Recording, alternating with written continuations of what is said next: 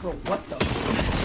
How are you moving like that? I don't understand. How the Imagine a game that was going to define the future of movement shooters. This title was promising a high-octane and bombastic experience for the FPS genre. A game that is so loved by its fans that they were willing to hack into a game's servers to plead for help because of the game's situation. The fluid and acrobatic movement of a pilot and then jumping into a mech that falls down from the sky is a feeling that is unmatched even in today's ever-expanding video game market. That game is Titanfall. Not only would this game have an incredible following of gamers, but it would help pave the way for other games to follow its formula. How come then, a decade later, we have yet to see another entry into the Titanfall franchise? A game that to this day is still critically acclaimed by critics and fans alike. It surely would have gotten a second chance or even a reboot, right? The story of Titanfall isn't a simple failure. It's a tragedy. It's a complex saga of innovation, disastrous business decisions, and the success of a secret spin-off game made by its own developers. Today, we're uncovering the full story of how the massive success of Titanfall fostered its own demise. What happened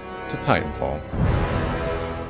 Titanfall began with two men, and more specifically, Vince Zampella and Jason West. At Infinity Ward, they had already changed gaming with 2003's Call of Duty, and then completely redefined the modern shooter with 2007's Call of Duty 4 Modern Warfare. These were men that didn't just create games, but they were leading the way of innovation and laying down the foundation of the modern FPS. So any game they worked on, you could rest assured they would create a spectacle. But unlike most stories, in this video essay series where we see one or two talented developers leave a studio to follow their passions, Vince and Jason were unceremoniously fired from Activision in 2010. The publisher accused them of breaches of contract and insubordination, while the duo alleged that Activision had withheld massive royalty payments. The fallout was messy, and led to a mass exodus of talent from Infinity Ward, as dozens of developers resigned in protest to follow their former bosses. Although this may have been an unfortunate disruption to the duo, it would prove to be a blessing in disguise, as from this firing, the two would go on to form Respawn Entertainment, a declaration of new life from being punished by Activision.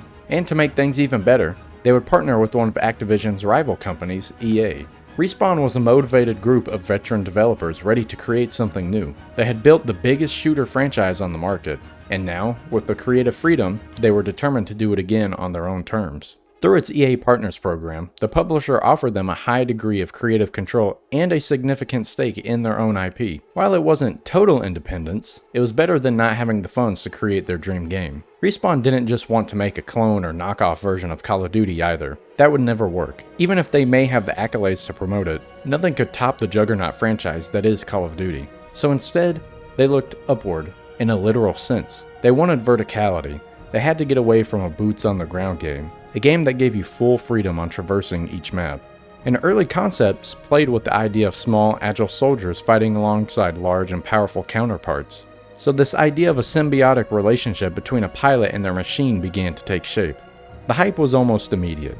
The creators of Modern Warfare, unchained and funded by EA, creating the next generation shooter. Gamers waited with anticipation. The stage was set for Respawn to go head-to-head with Call of Duty. It was E3 2013, and Respawn finally revealed to the world what they had been working on in private. Titanfall was beautiful. It was a statement to not just gamers, but to Activision, that they had competition to worry about. Titanfall was an acrobatic and destructive showcase of raw creativity within a shooter. The launch in March 2014 was a huge event, but with one major string attached. Titanfall was an exclusive for Microsoft platforms. Although this was a massive win for Microsoft, who positioned the game as the new flagship system seller for their new Xbox One, for many, this was a slap in the face.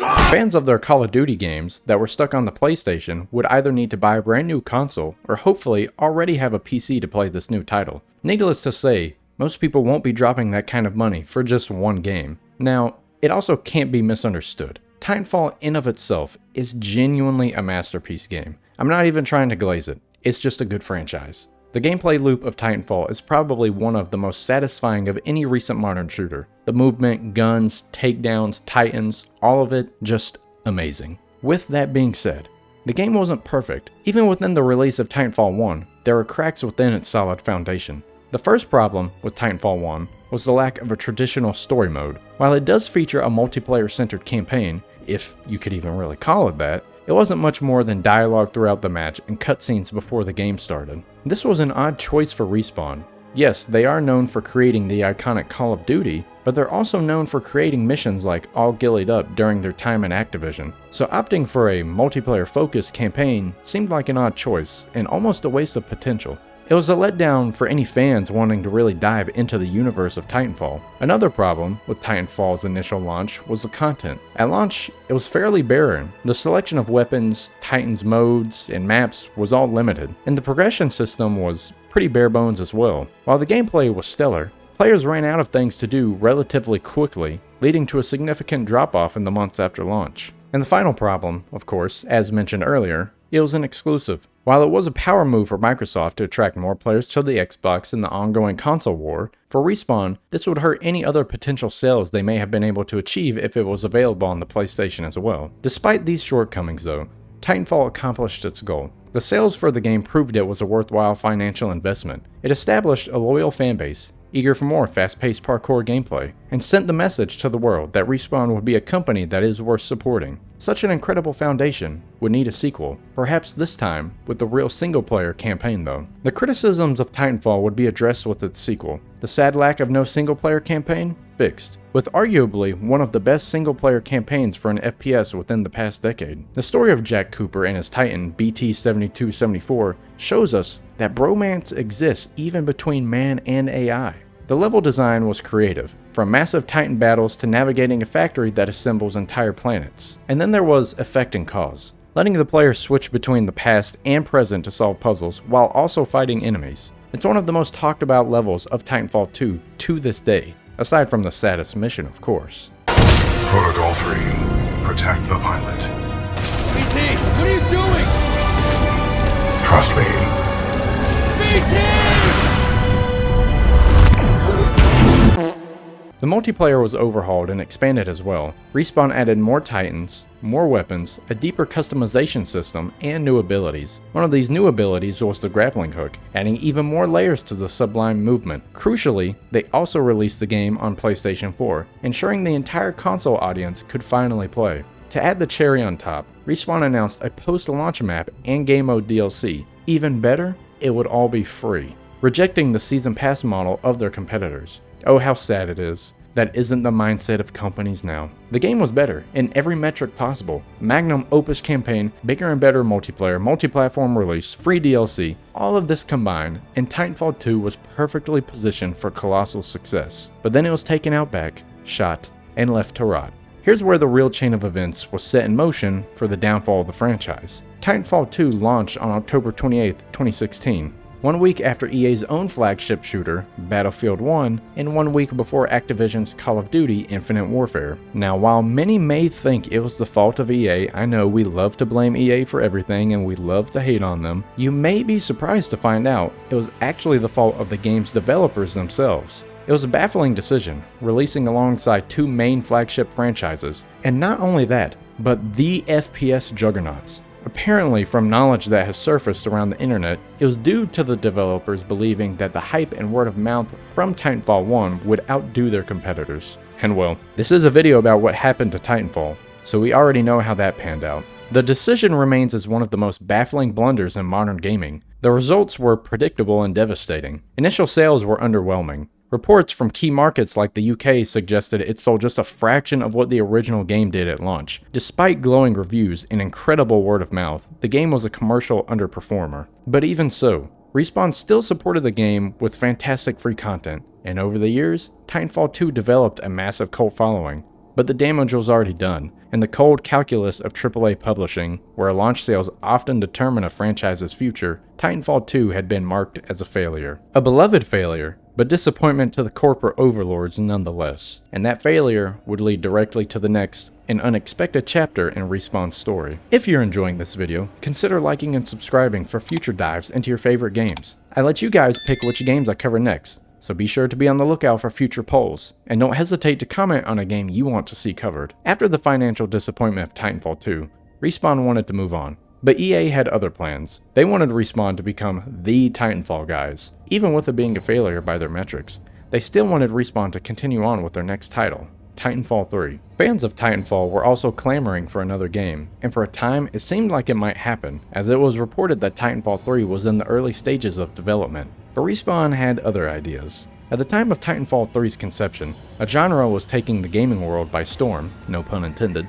the Battle Royale, and Respawn wanted a piece of the action. Yet once again, I have to state this, surprisingly, EA were not the ones forcing this.